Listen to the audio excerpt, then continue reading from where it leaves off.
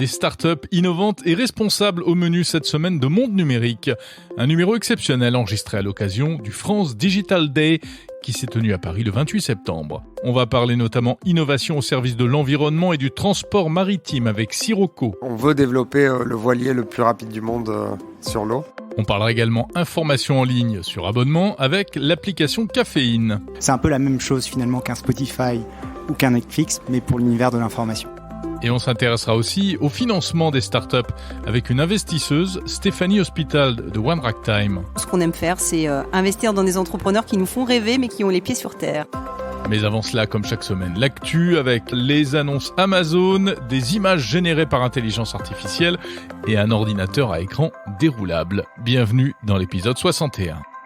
Monde numérique, Jérôme Colombin.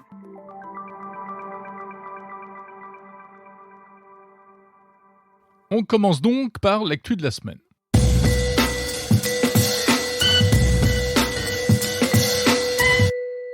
L'actu de la semaine avec une pluie d'annonces de nouveaux produits signés Amazon. Alors Amazon n'est pourtant pas Apple ni Samsung, ce n'est pas un fabricant de hardware, de produits high-tech à proprement parler. Ce qui le caractérise surtout, c'est l'assistant vocal Alexa. Mais depuis quelques années, la marque américaine multiplie les produits connectés, à commencer bien sûr par des enceintes intelligentes qui intègrent Alexa. Il y en a déjà une kyrielle, mais Amazon a dévoilé cette semaine en plus de nouveaux modèles, notamment des Echo Dot en forme de boule, dont une qui est dotée d'une fonctionnalité particulière, qui n'existait pas jusqu'à présent, un thermomètre intégré. Et oui, ça paraît tout bête, mais en fait, ce n'est pas courant. Parmi les nombreux appareils électroniques qui nous entourent et qui sont pourtant bardés de capteurs, smartphones, tablettes, ordinateurs, assistants vocaux, etc., eh bien, quasiment aucun n'est capable de répondre directement à cette question toute bête, quelle température fait-il ? Sauf si on utilise à côté un thermomètre connecté. Eh bien, désormais, Alexa pourra vous indiquer la température dans la pièce grâce à cette sonde directement intégrée dans l'appareil. Une information notamment utile par ces temps d'appel aux économies de chauffage. Autre nouveauté annoncée par Amazon, un téléviseur. Et ça, c'est une première pour la marque. Il s'appelle Omni QLED, donc comme son nom l'indique, c'est un téléviseur à technologie QLED avec une dalle 4K disponible en deux tailles, 65 et 75 pouces, au prix de 800 et 1100 $. Quel est l'intérêt d'acheter un téléviseur Amazon ? Eh bien, c'est de pouvoir bénéficier de l'environnement et de l'interface Amazon Fire. Donc, c'est l'interface Amazon pour la télé, qui est plutôt pas mal d'ailleurs, mais qu'on avait jusqu'à présent qu'en utilisant un accessoire connecté sur son propre téléviseur, c'est-à-dire une clé Fire TV ou un petit cube Fire TV. Et d'ailleurs, une nouvelle version du fameux cube a été également présentée. À noter que ces téléviseurs proposeront également l'affichage d'œuvres d'art en écran de veille, comme les modèles de Frame de Samsung. Reste à savoir si tous ces produits seront réellement disponibles en France à plus ou moins brève échéance. On continue le bal des annonces chez Amazon avec d'autres produits, une télécommande avec Alexa, et puis une télécommande pour la télé précisément, et puis un appareil assez étrange qui se pose sur la table de nuit et qui est censé analyser la qualité de votre sommeil, mais sans capteur sous le matelas, comme ça se fait chez d'autres marques, juste par détection de mouvement. En fait, il y a des capteurs qui voient si vous bougez dans votre lit. Derrière, quelques algorithmes de machine learning et hop, le matin, en principe, l'appli vous dit si vous avez bien dormi, si vous êtes en bonne santé. Enfin, Amazon annonce également une nouvelle liseuse Kindle sur laquelle on peut désormais écrire avec un stylet. C'est la Kindle Scribe. Ça fait un peu penser à la tablette tactile Remarkable ou encore la liseuse à stylet du français Bookin. Donc c'est une tablette grand format, 10,2 pouces. C'est de l'encre électronique, attention, c'est donc un affichage monochrome, il n'y a pas de couleur, rien à voir avec un iPad par exemple, mais on peut prendre des notes, griffonner des dessins, etc. L'autonomie est excellente, de plusieurs jours forcément, puisque l'encre électronique ne consomme quasiment rien. Et cette Kindle Scribe est annoncée à 370 € pour fin novembre. Voilà pour les annonces Amazon, assez brièvement, parce qu'il y avait encore d'autres choses, mais On ne peut pas tout passer en revue. En tout cas, il est intéressant d'observer comment cette marque continue donc de lancer des produits physiques au-delà des services, et on y voit clairement une volonté de prendre place sur le marché des objets connectés aux côtés d'Apple et de Google notamment. Reste à savoir si le charme d'Alexa suffira à pousser les consommateurs qui sont habitués à d'autres environnements technologiques vers ces nouveaux produits et donc à changer un petit peu leurs habitudes. L'actu de la semaine, c'est aussi de l'intelligence artificielle et de la création artistique avec l'ouverture au grand public du site DALL-E. Alors, pas le peintre Dali, ça se prononce pareil, mais ça ne s'écrit pas pareil. Là, il s'agit de DALL-E, D-A-2-L-E. Vous en avez sans doute déjà entendu parler, ça fait beaucoup de bruit ces derniers temps. D'ailleurs, le nom est une référence à Salvador Dali. Il s'agit donc d'un générateur automatique d'images par intelligence artificielle. C'est un service qui a été développé par la société américaine OpenAI et c'est vraiment un truc incroyable dont se sont d'ailleurs emparés plusieurs artistes. En fait, il suffit de décrire ce que vous voulez en langage naturel, mais en anglais, et le logiciel, sous vos yeux ébahis, va fabriquer l'image de vos rêves. Et la particularité, c'est qu'on peut complètement laisser libre cours à son imagination. Par exemple, je me suis amusé à tester le système en tapant journaliste interviewant un animal à Paris. Et j'ai vu apparaître quelqu'un avec un micro, quelque chose qui ressemblait à un hamster et une tour Eiffel en arrière-plan. Ou bien j'ai tapé également femme sur un scarabée géant à la manière de Van Gogh. Et je vous invite à aller voir ce que ça donne en vous connectant sur le site mondenumérique.info. Bref, c'est assez étonnant ce DALL-E. En fait, ça pose plein de questions. Ça repousse les limites de la création artistique. On se demande si un artiste utilise ce genre d'outils, est-ce que c'est un humain ou une machine qui travaille ? Et puis, il y a également des questions en matière de désinformation. Ça peut permettre de fabriquer de fausses images pour illustrer des fake news, par exemple, etc. Ça fonctionne grâce à de l'intelligence artificielle à partir de millions d'images qui ont été ingurgitées par la machine, grâce au système aussi d'intelligence artificielle GPT-3, qui est un système normalement de génération de texte. Là, il sert à reconnaître ce qu'on lui tape, en anglais donc, et ensuite, le système va fabriquer pixel par pixel des images qui s'inspirent de photos et parfois même des images photoréalistes, c'est-à-dire qui ressemblent véritablement à des vraies photos. C'est comme ça qu'on a pu voir des trucs assez fous, notamment d'animaux, des chiens ou des chats avec toutes sortes de déguisements. Et on a vraiment l'impression que ce sont de véritables photos. Il y a des trucs complètement fous. Donc, la nouveauté, c'est que DALL-E, qui était jusqu'à présent réservé aux professionnels, qui devaient s'inscrire sur une liste d'attente, il fallait des codes d'accès pour pouvoir l'utiliser, etc., pour éviter notamment que n'importe qui puisse créer n'importe quoi, eh bien, désormais, c'est ouvert à tout le monde, même s'il y a quand même quelques sécurités. Il y a des filtres qui ont été mis en place et notamment il y a des termes interdits. J'ai essayé de taper Emmanuel Macron, ça n'a pas marché, ça a été refusé. Mais les possibilités restent quand même immenses. Le résultat est vraiment impressionnant, donc si vous voulez essayer, vous trouverez le lien en description de ce podcast. Il faut s'inscrire sur le site DALL-E. Ensuite, on a un crédit de 50 images gratuites que l'on peut générer soi-même selon ses délires. Alors en fait, c'est une vraie tendance, cette fabrication artificielle d'images à partir de l'intelligence artificielle, puisque le groupe Meta, la société de Mark Zuckerberg, travaille sur un projet similaire pour la vidéo cette fois. Et cette semaine également, la compagnie Meta a ouvert une plateforme qui s'appelle Make Video, qui va encore plus loin que DALL-E d'une certaine manière, puisque là, on peut, générer de la vidéo grâce à l'intelligence artificielle. Vous tapez une phrase, vous lui faites une requête et la machine va vous sortir une sorte de petite séquence, un gif animé avec n'importe quoi, tout ce qui vous est passé par la tête. Le système de Meta n'est pas encore accessible à tout le monde, celui-ci. Il faut s'inscrire pour être en liste d'attente, mais il y a quand même des vidéos qui ont été générées par le programme qui sont disponibles, que l'on peut voir sur le site Make Video. Et là encore, c'est assez incroyable. Le lien est disponible dans la description de ce podcast.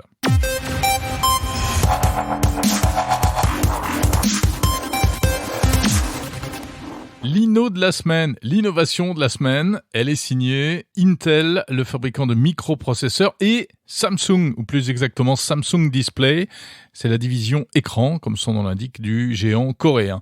Oui, les deux marques ont présenté cette semaine une innovation étonnante. C'est un prototype encore pour l'instant. C'est un prototype d'ordinateur portable doté d'un écran déroulant. On connaissait les écrans pliants, les écrans souples, les écrans sous toutes les coutures et de toutes les formes ou presque. Eh bien, imaginez là une sorte de grosse tablette en fait qui fait 13 pouces de diagonale, mais en appuyant sur un bouton, eh bien vous pouvez étirer l'écran et vous retrouver avec entre les mains un écran de 17 pouces. Un peu comme un parchemin que l'on déroulerait. Il s'agit donc bien pour l'instant encore d'un prototype, mais c'est peut-être une nouvelle catégorie d'appareils qui a déjà un nom, on appelle ça les slidables, autrement dit les coulissants, et c'est peut-être à cela que ressembleront nos ordinateurs portables dans le futur. L'idée, c'est toujours la même, c'est celle de répondre aux besoins de modularité en termes d'affichage. En fait, comme pour les smartphones, eh bien, parfois, on est content de se contenter d'un écran de petite taille parce que c'est plus facile à transporter, plus facile à consulter, à attraper d'une main. Mais parfois, on a besoin de travailler sur un écran plus grand ou simplement pour lire un article. C'est plus confortable pour lire toutes sortes d'informations. Et là, eh bien, on n'a pas toujours une tablette sous la main. Alors, le concept consiste donc à appuyer sur un bouton pour changer la géométrie de ces écrans. Est-ce que c'est vraiment ça le PC du futur ? Il est sans doute trop tôt pour le dire, mais il n'empêche que c'est assez intéressant. Ça tire parti à nouveau des caractéristiques techniques des fameux écrans OLED qui sont tellement fins qu'on peut en faire à peu près ce qu'on veut, et notamment les enrouler sur eux-mêmes. Pour l'instant, ce n'est qu'une démo technique, il n'y a pas de date de sortie, il n'y a pas de prix, rien n'a été annoncé. À noter que c'est pas tout à fait une première, en tout cas sur le principe, puisqu'en 2020, le fabricant chinois de smartphones Oppo avait sorti un smartphone avec un écran déroulable un peu dans le même genre. Lorsqu'on appuyait sur un petit bouton, eh bien l'appareil pouvait s'agrandir et on se retrouvait avec une tablette plutôt qu'avec un smartphone entre les mains. Donc une belle prouesse technique.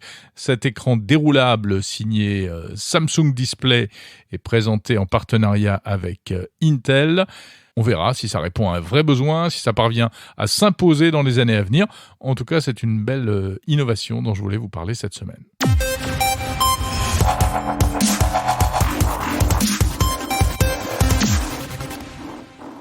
Dans un instant, la suite de cet épisode avec les interviews de Monde Numérique. Mais avant cela, quelques nouvelles très rapides de ce podcast. Vous avez été nombreux à répondre au petit sondage proposé sur le site mondenumérique.info.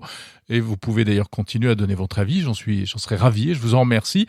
Et en tout cas, j'ai compris que vous étiez nombreux à apprécier, en fait, de pouvoir écouter à la fois l'émission hebdomadaire et les interviews séparées chaque semaine. Donc, on va encore procéder à quelques petits changements sur le fil du podcast Monde Numérique avec notamment le retour des interviews qui seront mieux identifiées pour faciliter l'écoute. Voilà, pour le reste, l'essentiel demeure. Tout de suite, on passe aux interviews de Monde Numérique. Donc, soit vous restez à l'écoute de cet épisode, soit vous pouvez aller écouter les interviews en version longue en cliquant sur les épisodes suivants. Direction le Musée des Arts Forains à Paris, où se tenait cette semaine l'événement France Digital Day 2022. Monde numérique. Monde numérique au France Digital Day 2022, c'est l'événement et nous y sommes pour rencontrer l'écosystème français, l'écosystème des startups innovantes. Et tout d'abord, eh bien la patronne de France Digital. Bonjour Maya Noël. Bonjour. Vous êtes directrice générale de France Digital. Rappelez-nous ce qu'est France Digital et le France Digital Day. Bien sûr. Alors France Digital, c'est la principale association de start-up en Europe. On représente 2000 membres, à savoir 1900 start-up et une centaine d'investisseurs. Et nous, notre objectif, c'est de fédérer cet écosystème. On le fait aujourd'hui depuis 10 ans. C'est aussi notre 10e anniversaire. Pour créer des champions européens du numérique. Donc quelque part, créer une espèce d'ambition collective et à travers le réseau et aussi nos actions de lobby à la fois auprès du gouvernement et lobby d'éducation auprès du grand public. Le but, c'est de faire comprendre, connaître les mécaniques de start-up et leur permettre de lever certaines barrières réglementaires, certains freins pour continuer de grandir. Alors, il y a quelques belles startups qui sont passées par chez vous.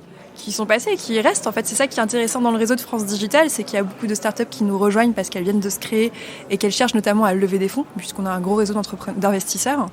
Mais aussi, elles restent parce qu'en fait, il y a cette espèce de création de réseau et de partage d'expériences qui s'opèrent.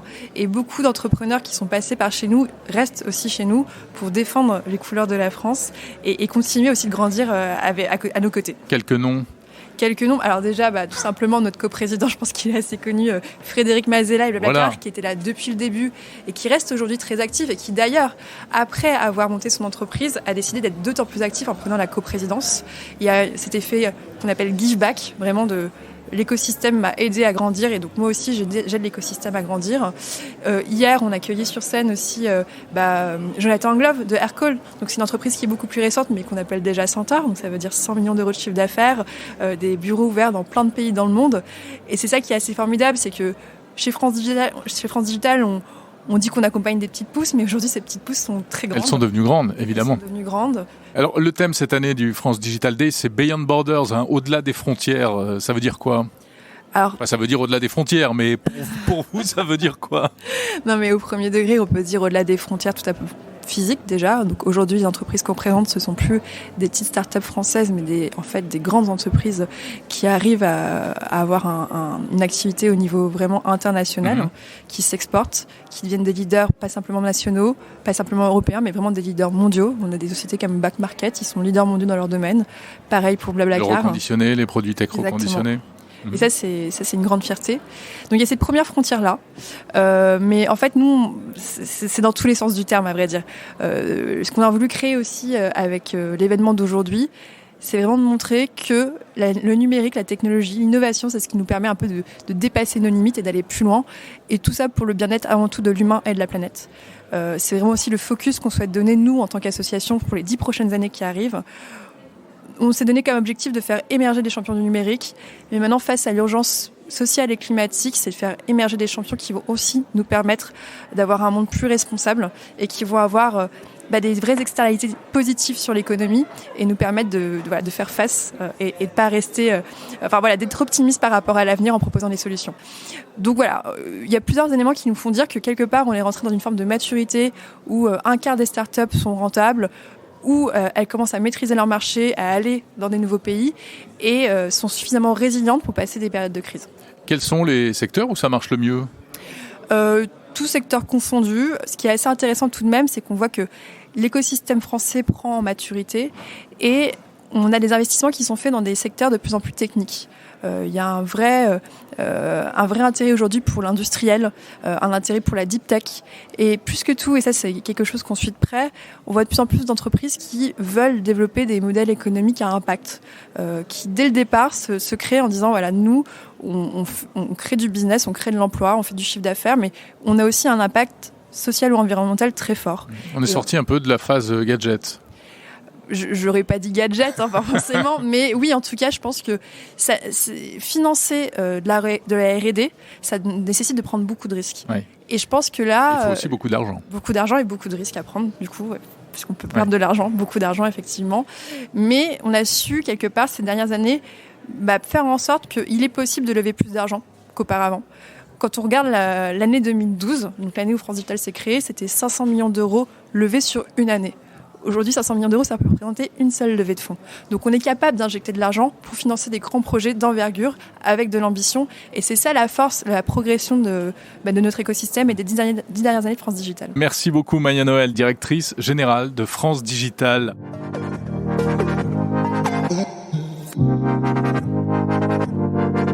Et on continue tout de suite avec nos invités. Donc on va parler de start-up à impact, on va parler contenu numérique, on va parler moyens de transport peut-être du futur non polluant.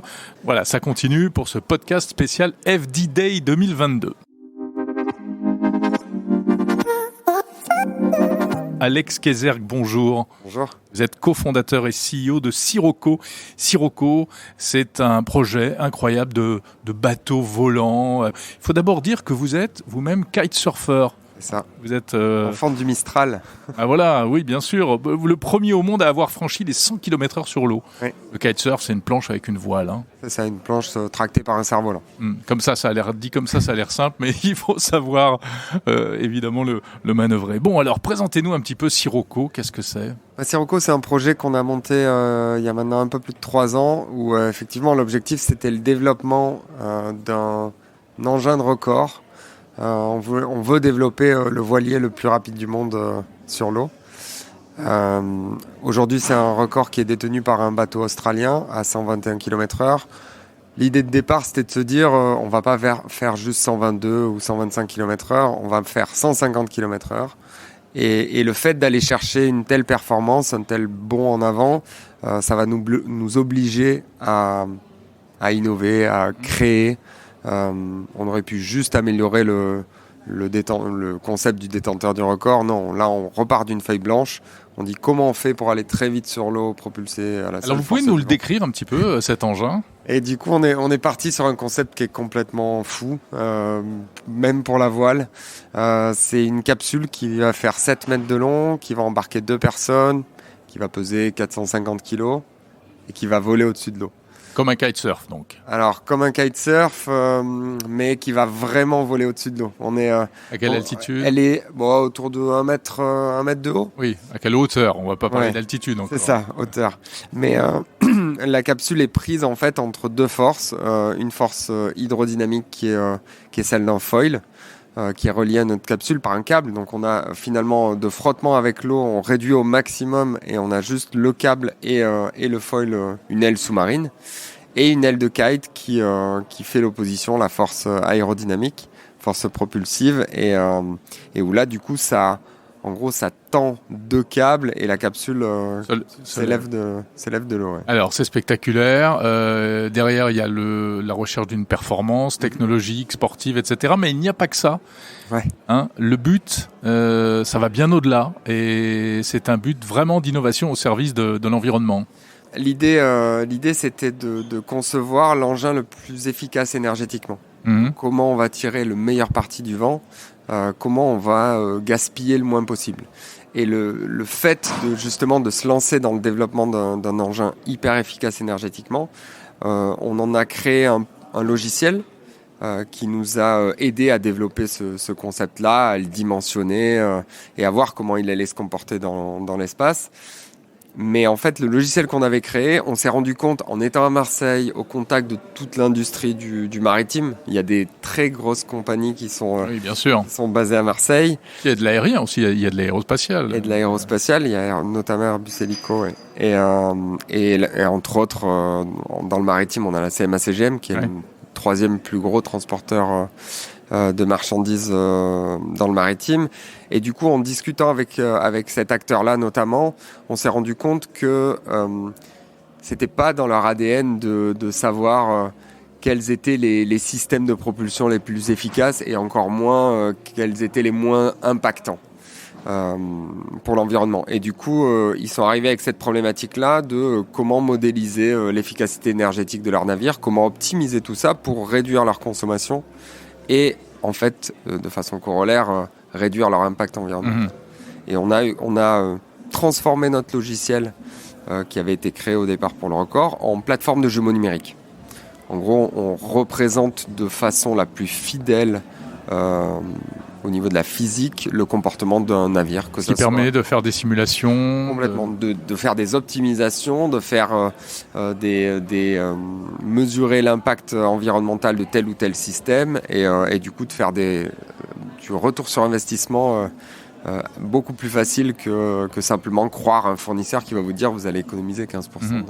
Alors ce Sirocco, c'est à la fois le nom de votre société et puis le nom du véhicule, du bateau, c'est ça, le but du jeu, c'est d'inventer peut-être le mode de transport propre de demain ou c'est de vous appuyer sur cette expérimentation pour mettre au point des innovations. Vous parliez notamment de ce logiciel. L'engin de record, lui, il nous sert de showcase, de montrer les capacités du lab. Ouais, ça fait parler de nous parce que justement, on l'utilise pour développer des technologies. Ouais. Donc c'est un peu notre driver de technologie. Et ensuite, l'idée, c'est pas forcément de faire un mode de transport avec notre engin de record, mais bien d'utiliser tout ce qui en découle pour aider à décarboner le transport maritime. À quelle échéance on peut imaginer des applications concrètes des technologies que vous êtes en train d'inventer ? C'est dès aujourd'hui, parce que notre logiciel, il est utilisé par de plus en plus de compagnies maritimes, que ça soit aujourd'hui en design de navire. Mais alors, vous travaillez sur un engin volant, mais vous êtes en train de dire que ça sert aux engins flottants, en réalité. Mais notre engin volant, ça reste un voilier. Ça reste un bateau. Vous-même, vous savez pas trop.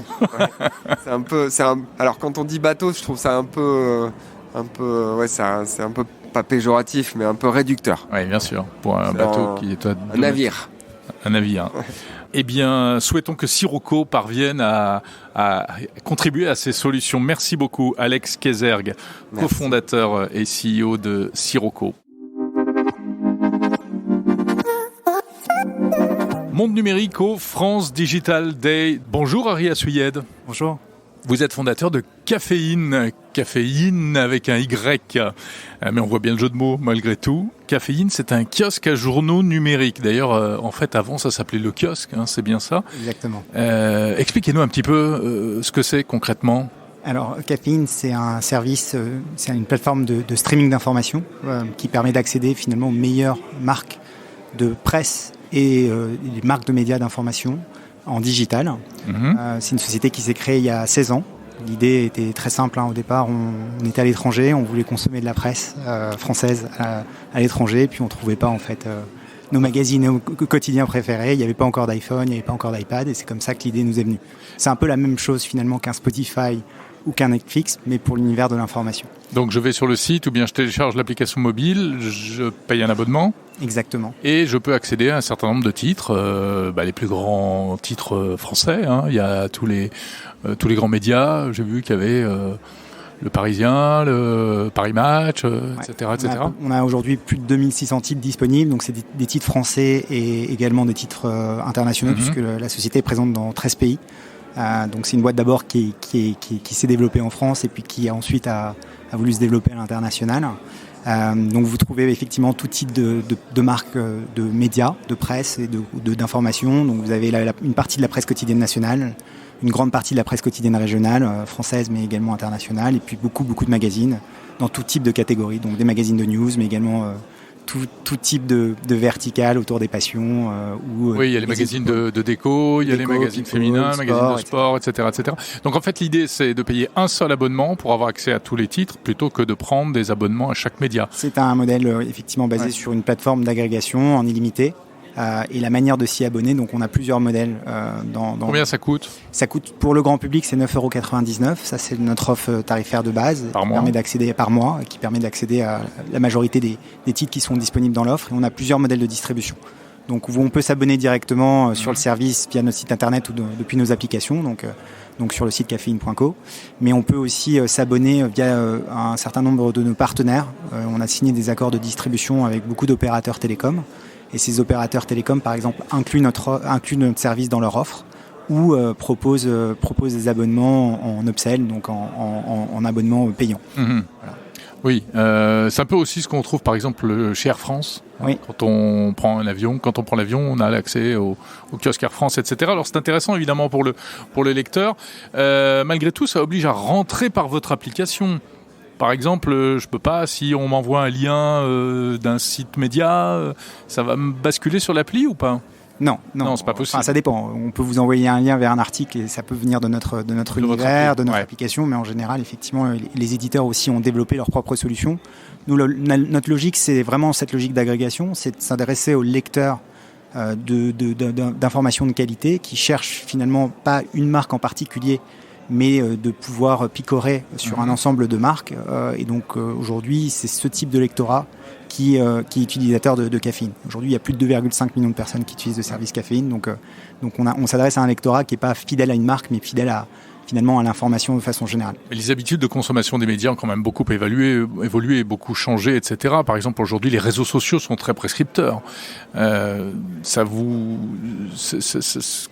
se fait la jonction C'est pas possible en fait. Alors nous, on est parti au départ, c'était vraiment les magazines et les quotidiens dans le format équivalent au papier, donc homothétique au papier. Et puis on a fait beaucoup évoluer notre produit et notre service. Maintenant, on a ce qu'on appelle délinéariser le contenu, notamment via les articles, via l'audio. Et l'idée, c'est vraiment d'être un écran où on retrouve que de l'information de qualité. Quand vous allez sur les réseaux sociaux, effectivement, ils ont une capacité de pouvoir fédérer les masses, mais globalement, on est dans des phénomènes de ce qu'on appelle une bulle d'information, et donc globalement, l'information, le contenu n'est pas mis à disposition avec l'exhaustivité, la qualité de l'information qu'on peut retrouver sur un service comme Caféine. Nous, notre métier, c'est vraiment de fournir uniquement le meilleur des contenus d'information pour le grand public. Donc il n'y a pas d'accès à une information de mauvaise qualité au sein de notre application et notre service. C'est très ambitieux d'être sur l'économie du contenu, parce qu'on sait que c'est pas facile. Les gens n'ont plus envie de payer pour accéder à des contenus. On s'est tous habitués beaucoup au gratuit ou alors à des forfaits, effectivement, notamment avec la vidéo. Merci beaucoup, Ari Assuyed, fondateur de Caféine, donc Caféine qu'on retrouve sur tous les App Store évidemment, et puis sur le web évidemment également, Caféine avec un Y, C-A-F-E-Y-N. Merci beaucoup. Merci beaucoup. Au revoir. Monde numérique au France Digital Day. On va s'intéresser à un sujet qui nous concerne tous, notamment les plus jeunes qui doivent passer leur permis de conduire. Passer son permis de conduire, j'allais dire sur Internet, pas vraiment, mais grâce à Internet. Il y a quelques années, c'était complètement révolutionnaire. Aujourd'hui, c'est rentré dans les mœurs, mais il y a sans doute encore du chemin à parcourir. Et l'un des pionniers dans ce domaine, c'est l'entreprise française Ornicar. Je suis ravi de recevoir son cofondateur Benjamin Guignot. Bonjour. Bonjour. Bienvenue ici au France Digital Day 2022. Merci. Vous êtes invité ici parce que vous êtes déjà un peu un vieux de la vieille, en fait, vous, dans l'écosystème des startups françaises. Effectivement, Ornicar, on l'a créé fin 2013. Et donc, c'est une boîte qui va avoir 9 ans dans quelques semaines. Et donc, on a connu plusieurs phases de la tech française. Et donc, aujourd'hui, évidemment, on se reconnaît dans France Digital. Alors, en plus, je suis membre du board de France Digital aussi. Et donc, pour toutes ces raisons, il est pour moi impensable de rater cet événement incontournable qu'est le France Digital Day aujourd'hui. Alors, rappelez-nous un petit peu ce qu'est et ce que propose Ornicar, avec un K d'ailleurs. Ouais. Donc Ornicar, c'est une boîte qu'on a créée fin 2013 avec un objectif qui était finalement simplifier le passage du permis de conduire. Le permis de conduire, c'est l'examen le plus passé en France, mais c'est également l'examen le plus passé dans le monde. C'est plus que le baccalauréat. On passe plus son permis que son bac.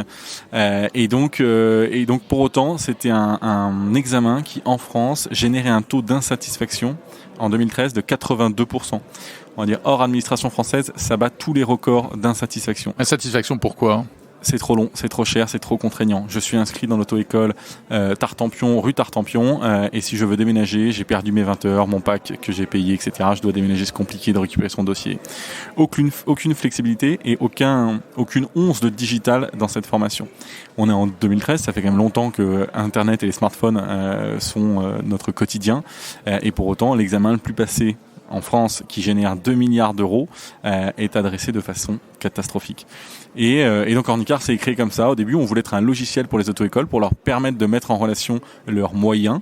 Et puis, on a eu une fin de non-recevoir de la part de l'ensemble des acteurs. Vous êtes fait jeter, en fait. Complètement, en disant qu'ils n'avaient pas besoin de merdeux d'écoles de commerce, etc. Et on s'est dit, très bien, les merdeux, ils vont aller jusqu'au bout de leur idée. Et donc, on va devenir nous-mêmes une auto-école. Et là, paf, on va les disrupter. Exactement. Et c'est comme ça qu'on a dit, en fait, on va mettre le digital au cœur de notre idée. Et donc, tout ce qui est code de la route va se faire exclusivement en ligne, plus besoin de locaux.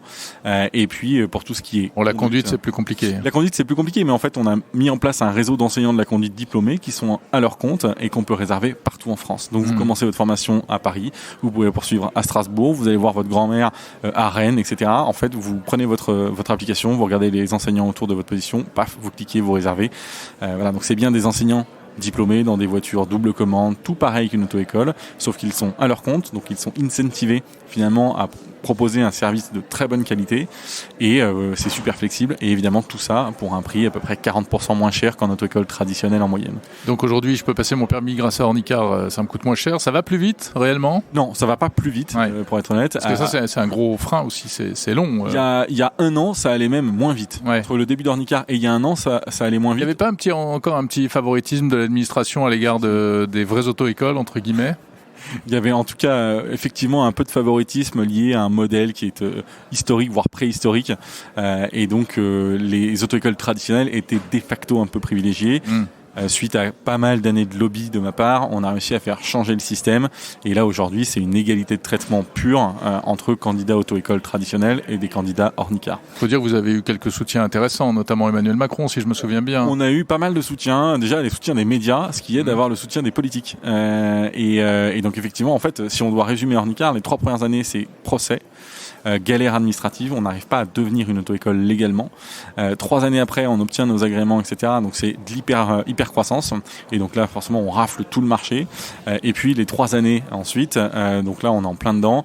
C'est diversification. Donc on lance l'activité auto-école en France. En 2019, on lance l'Espagne. En 2020, on lance l'assurance auto en France. Et finalement, Ornicar aujourd'hui devient une boîte de mobilité avec une activité assurance auto principalement dédiée aux jeunes conducteurs, mais pas exclusivement, en apportant la même amélioration en termes d'expérience utilisateur qu'on a pu le faire sur l'auto-école.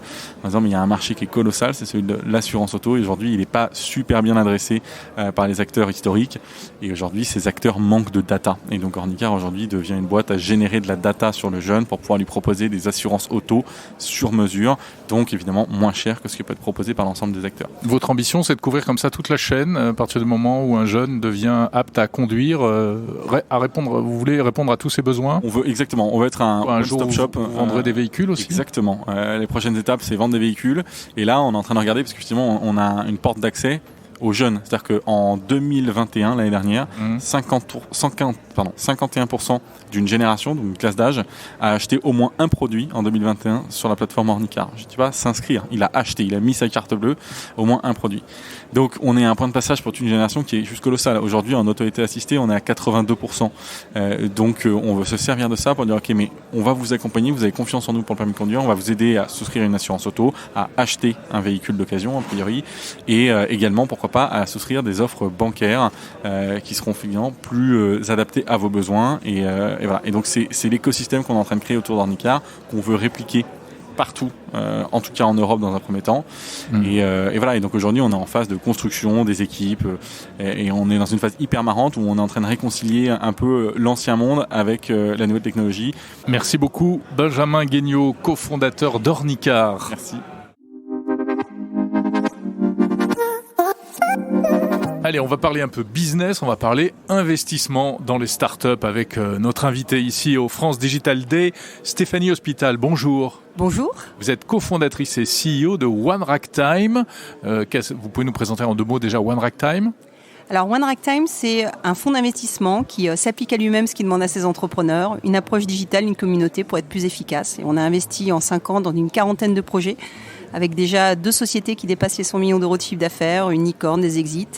Et puis surtout, ce qu'on aime faire, c'est investir dans des entrepreneurs qui nous font rêver, mais qui ont les pieds sur terre. Quelques noms. Alors, on a fait Gélismac, On-Off, Oma Games, Plus Simple. On est derrière aussi Mayan Lab dans les données climatiques. On vient de faire la nouvelle société d'un fondateur américain, franco-américain, David Gurley, qui refait un projet en France qui s'appelle Hive autour du cloud partagé. Et la caractéristique, c'est que généralement, on rentre au premier tour. D'accord. On prend des risques. On accompagne les d'entrée entrepreneurs. de jeu, c'est-à-dire que la petite entreprise qui démarre, qui vient vous voir avec un PowerPoint, c'est vous qu'il faut venir voir en fait. Alors, PowerPoint, c'est bien quand c'est des entrepreneurs déjà qui ont fait. Ouais. On aime bien Sinon, quand même on aime bien avoir quand même des traces de monétisation, avoir un produit, un service. Alors on investit pour l'instant que dans du logiciel, 3 grands domaines, plateforme grand public, consumer tech comme on dit, tout ce qui est projet tech for valeur, des projets à impact dans l'éducation, la santé. On est derrière Make.org par exemple. Appelez-nous, Make.org, qui est une plateforme d'intelligence collaborative lancée par Axel Dochez et Alicia Combaz, qui permet en fait d'arriver à avoir des décisions vision collective, des études à l'échelle pour pouvoir mettre en place une démocratie collaborative. Alors on peut aller très large, on va des jeux mobiles aux courtiers d'assurance, aux plateformes d'engagement citoyen, mais il y a toujours un fil conducteur, c'est les hommes et les femmes qui composent, qui font l'originalité du projet. Alors vous investissez dans les startups, il y a les gens qui investissent dans votre fonds pour pouvoir...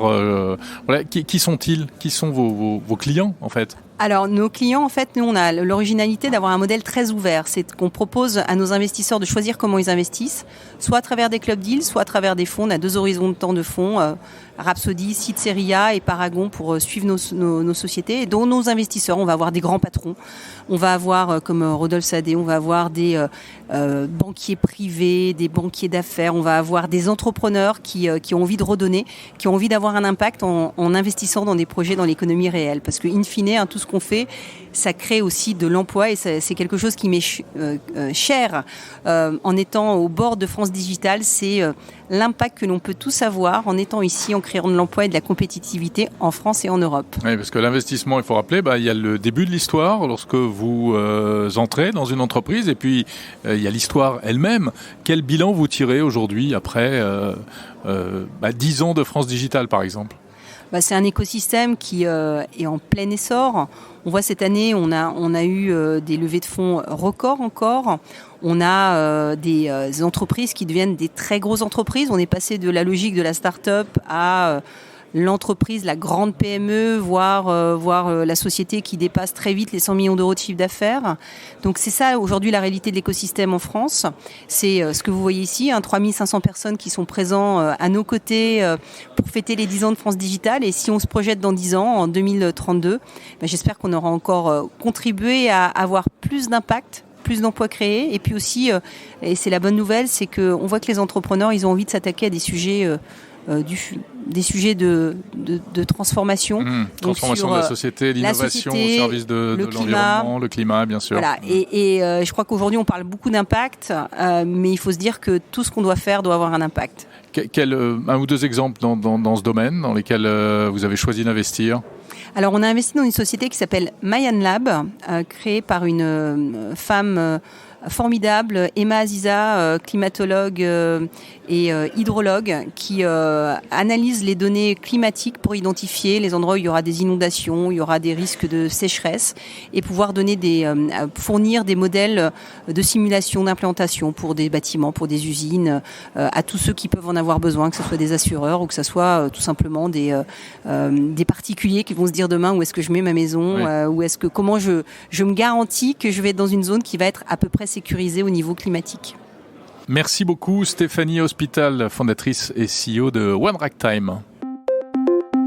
C'est la fin de Monde Numérique, épisode 61. Merci de l'avoir suivi jusqu'au bout. J'espère que cette petite balade du côté des startups vous aura intéressé. On se retrouve bien entendu la semaine prochaine, car Monde Numérique, c'est tous les samedis à 8h dans votre boîte mail et sur les réseaux sociaux et surtout sur vos applis de podcast. Une émission de 40 minutes consacrée à la tech sous tous ses aspects et les interviews en longueur des personnalités que je rencontre pour vous au fil des semaines. Voilà, parlez de Monde Numérique à vos amis, surtout n'hésitez pas, incitez-les à s'abonner et puis vous-même, si ce n'est pas déjà fait, abonnez-vous et notez ce podcast sur les plateformes, 5 petites étoiles, un commentaire, ça fait toujours plaisir, je vous remercie. Salut à tous, passez une très bonne semaine, à samedi prochain.